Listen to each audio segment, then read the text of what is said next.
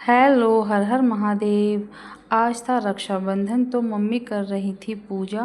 और यहाँ पे दीवार पे हमारे गाय के गोबर से सोना बनाए जाते हैं और फिर इनकी की जाती है पूजा। और इनके लिए भोग में बनाए जाते हैं दूध वाले चावल और घी और बूरा साथ में। और जो कि सारा सामान फिर पंडित जी को जाता है। मम्मी ने यहाँ पे पूजा कर दी थी। फिर चावल को पीस कर मम्मी ने पानी में सारी दीवार पर, मतलब जो रूम के आगे होते हैं सारे रूम के दरवाज़ों पर सतिया बनाया था।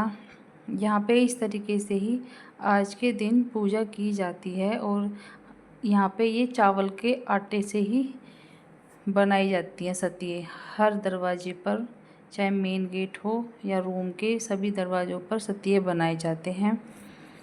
कोई भी त्योहार हो वैसे बहुत अच्छा लगता है, कुछ ना कुछ एक नया देखने को मिलता है। तो मम्मी ने सारे दरवाज़ों पर सतिये बना दिए थे और मैं फिर नहा कर आ गई थी तैयार होके। और ये सिंपल सा सूट ही पहना था मैंने, लाइट से कलर का, बहुत ही प्यारा सूट लग रहा था। मैं अपने आप को देख रही थी कैमरे में कैसी लग रही हूँ। फिर उसके बाद मैंने भी की सतिये की पूजा। और मैंने भी फिर इनको घी बूरा और दूध के जवों का भोग लगाया। और मैंने भी माथा टेका, क्योंकि पूजा करनी सभी के लिए ज़रूरी होती है। जो भी पूजा होती है मम्मी फिर मेरे से भी ज़रूर कराती हैं। और मैं सीख भी गई हूँ बहुत सारी पूजा, तो जो भी त्योहार पे पूजा होती है। मैं फिर किचन में आ गई थी। मम्मी ने बनाए थे ये दूध के जवे, बहुत टेस्टी जवे बनाए थे मम्मी ने। आज तो दाल भी मम्मी ने ही बना दी थी, साथ में ही उड़द की दाल, क्योंकि मम्मी को ना अपने घर जाना था। तो मम्मी ने कहा जितना भी काम हो जाए फटाफट, कुछ मैंने किया कुछ मम्मी ने, जल्दी जल्दी। मम्मी को ऐसा ही लगता है जल्दी जल्दी करने का। और ये सारा सामान जाएगा पंडित जी के लिए, पंडित जी आएंगे वो इन्हें ले जाएंगे। थोड़ी सी ये सहमी थी। और फिर मैं बाहर आ गई थी। जो जल रखा हुआ था पूजा में उसको फूलों में चढ़ाना होता है। तो फिर मैंने ये यहाँ आकर फूल के पेड़ में जल चढ़ा दिया था। ज़्यादातर पूजा का जो ऐसी कोई पूजा होती है ना, तो मम्मी फूलों वाले पेड़ में ही जल को चढ़वा देती हैं। और फिर मुझे बनाने थे चावल, क्योंकि दाल बना दी थी मम्मी ने ही। फिर मैंने चावल पकने के लिए गैस पे रख दिए थे।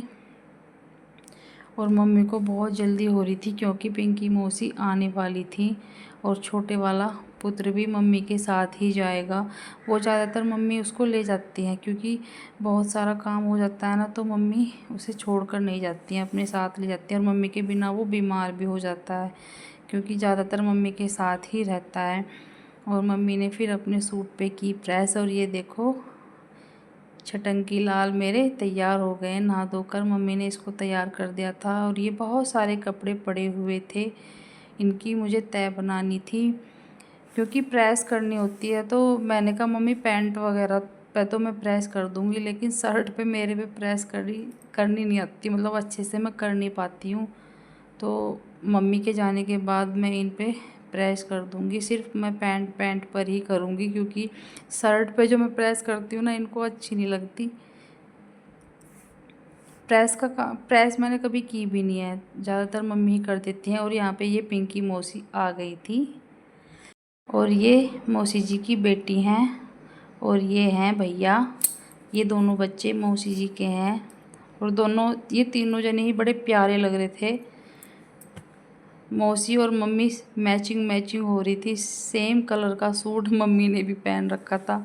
हालांकि पता नहीं था कि मौसी ने कौन सा कलर पहना हुआ है, लेकिन बस अचानक से दोनों का मैच मिल गया था। और ये देखो भैया बिल्कुल स्लिम ट्रिम हो रखे हैं, वीडियो में आना नहीं चाहते। मैंने कहा आज तो भैया मैं आपको वीडियो में ज़रूर लूँगी, क्योंकि आप अच्छे लग रहे हैं, आज बहुत बढ़िया लग रहे अंशुल भैया। और यहाँ पे ये सारे घुमा घूमी हो रही थी। मौसी के साथ ना मेरा बहुत मन लगता है जब भी मौसी आती हैं। एक दिन पहले भी आई थी मम्मी को तैयार करने के लिए कि दीदी ज़रूर जाना है। मम्मी का मन नहीं था जाने का, क्योंकि बुआ जी वगैरह आ रही थी। और फिर मम्मी का ना खोटा त्योहार था, जाना ज़रूरी था। मम्मी के पापा जी की डेथ हो गई थी, तो इस वजह से जाना था। मैंने कहा मम्मी आप चले जाओ जब ज़रूरी होता है। मौसी आ भी गई थी लेने के लिए। मौसी बहुत ही अच्छी हैं, मेरी प्यारी सी नन्ही प्यारी सी मौसी हैं। ये बहुत ही इनका नेचर बहुत ही अच्छा है मौसी का, मेरे लिए तो बहुत ही अच्छा। और मैं तो ये गॉड गिफ्ट मानती हूँ अपनी लाइफ में पिंकी मौसी का होना। ये पिंकी मौसी ना मम्मी जी की, मेरी जो सासू मम्मी जी हैं उनकी सबसे छोटी बहन है। और ये बहुत ही प्यारी हैं। मेरा तो इनके साथ ना पूरा मन लगता है। मैं इनके घर भी रहने के लिए कई बार चली जाती हूँ। और ये सारी फैमिली ही बहुत अच्छी है। मौसा जी, दोनों बच्चे, पिंकी मौसी, सारी फैमिली ही मुझे बहुत अच्छी लगती है।